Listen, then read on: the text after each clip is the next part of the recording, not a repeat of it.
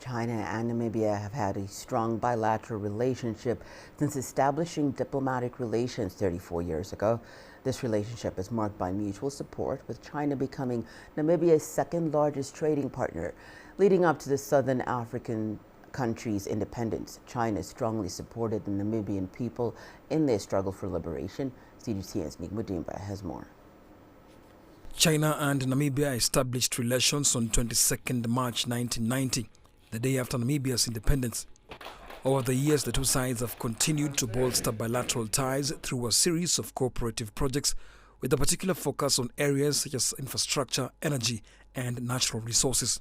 Bilateral trade reached $1.4 billion last year, and China accounts for about 30% of the total foreign direct investment in Namibia. Yeah, the trade have increased over the years, especially in terms of exports. It's mostly mineral resources. As some might be aware, Namibia is rich in mineral resources, including uranium, gold, as well as some extent lithium. So the export is mostly in these areas.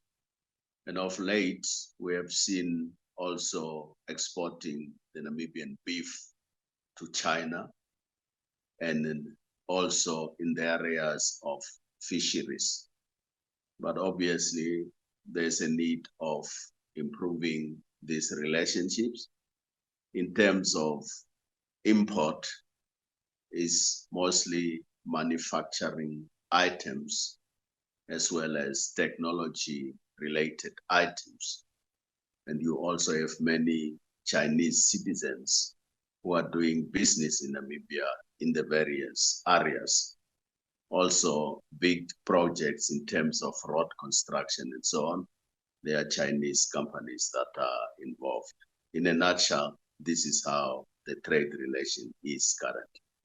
Along with economic development, China has supported Namibia in its social development, bringing tangible benefits to the Namibian people. China has completed several aid projects in Namibia, including well drilling, affordable housing, children's activity centers, rural schools, youth training centers, irrigation projects, and aquaculture centers. The fact that Namibia is collaborating with China, there are also interests that Namibia want to advance. These interests are not static. As I have explained, in the 60s, it's about political relations and the fight for liberation. After independence, in Namibia, it's about development, both human development, infrastructural development, development that are intended to improve the material conditions of people. So if China is involved in Namibia, is to the extent contributing to what Namibia has identified as priority areas in the national development. The various grant projects by the Chinese government have contributed to Namibia's efforts to combat drought and upgrade infrastructure. China and Namibia have worked together on a number of renewable energy projects, including the 50-megawatt Serim Luderitz wind power station. China was the first country to provide vaccine assistance to Namibia during the COVID-19 pandemic. Since 1996, China has sent 15 medical teams to Namibia to enhance healthcare services in the country. Nick Mudimba, CGTN. Earlier, we spoke with Dr. Cleveland Boya, Associate Researcher at the Africa Policy Research Institute. He gave us more insights on the significance and expectations of Chinese Foreign Minister Wang Yi's visit to Africa. Let's take a listen. This has been a tradition. The foreign minister makes his first official trip every year to an African country. So there's no particular criteria. I think the main aim is to consolidate the diplomatic relations that China has with the continent. So there's no particular order. We've seen an intensification of not just diplomatic, but economic and political relations with the continent. Over time, China has been gradually enhancing its diplomatic relations with the continent. And last year was pivotal because we had the Beijing FOCAC meeting. And we are seeing first of all, the relationship were enhanced to a strategic level. It means that we are moving into new forms of engagement, and there was a lot of calls for deeper and more strategic forms of engagement. So we are moving from loans, for example, to more strategic elements of the relationship that come with the issues to do with sustainability, and balance in terms of our trade relations. So last year was very pivotal, and we saw China making promises to deliver some forms of new engagement and cooperation with the continent. So we see issues to do with, for example, the 10 partnerships. We have mutual learning among China and African countries. So we will see a lot of coordinations. Africa's long-term development plans are being put into consideration. We are seeing China aligning with the Agenda 2063, for example. So I think those elements will come out very strongly. We are seeing an emphasis on sustainability and green development.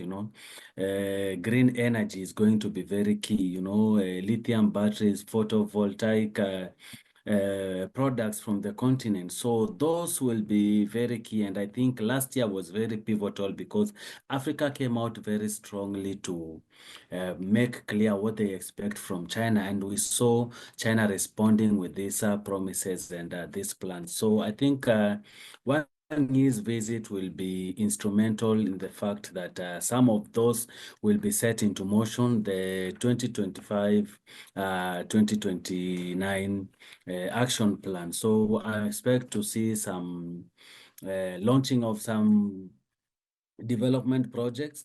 I know there's a lot of emphasis on the global development initiatives. So those countries, we expect to see some of these initiatives being launched in those countries, and it will just set forth the 2025-2029 agenda in the continent. We are seeing a lot of party links being enhanced between China and Africa.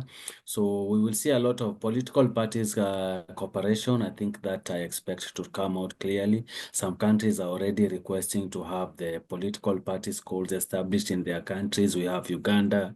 We have a political party school in Tanzania. And also technology and innovation is going to be very key. Most of the promises that China made, we are going into sustainability. So digital economies, China promised 30 interconnectivity projects in the continent. So companies like Huawei and other technology companies are going to play a pivotal role in the next 3 years, and I expect to see an emphasis on that during this visit. Another area is green development, agriculture, and projects relating to youth and women that were promised in last year's forecast. So I think those will dominate the talks. Also, trade is going to be very key. We saw African countries coming out very strongly to ask for a more balanced trade, and China promising to open up its market for more African products. Industrialization, for example. We expect to see projects that promote the industrial revolution on the continent, production at source, for example. So I expect that to come out also during this visit.